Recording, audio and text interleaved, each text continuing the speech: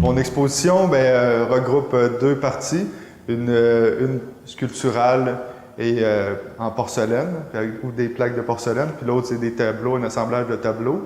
Puis la porcelaine, j'ai commencé le travail il y a 2 ans. Là, j'ai décidé d'y aller avec plus d'ampleur.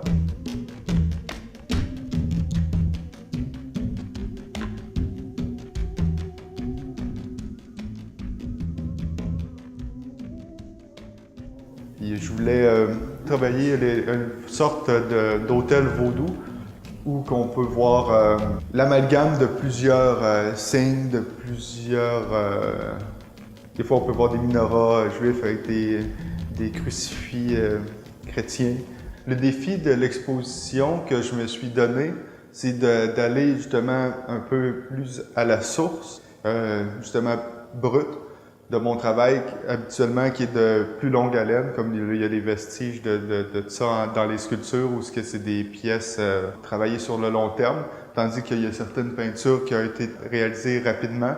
Puis c'était plus dans dans la pièce à elle-même qui était importante, c'était vraiment dans l'ensemble. Puis je voulais pas avoir un résultat slick, parce que j'aurais pu tout faire ça avec les mêmes techniques comme que je faisais antérieurement. Tu sais, on est capable de faire du séduisant avec la peinture, avec à peu près n'importe quel sujet.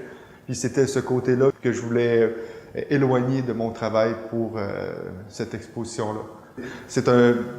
J'ai ouvert la boîte de Pandore, là, en commençant la porcelaine. C'est un univers infini. Je n'ai pas utilisé les glaçures, les différents types de terre. C'est un univers incroyable, puis que je voudrais juste approfondir ça pour l'instant. Avec l'exposition de l'œil de poisson, ça m'a permis de brasser l'arbre.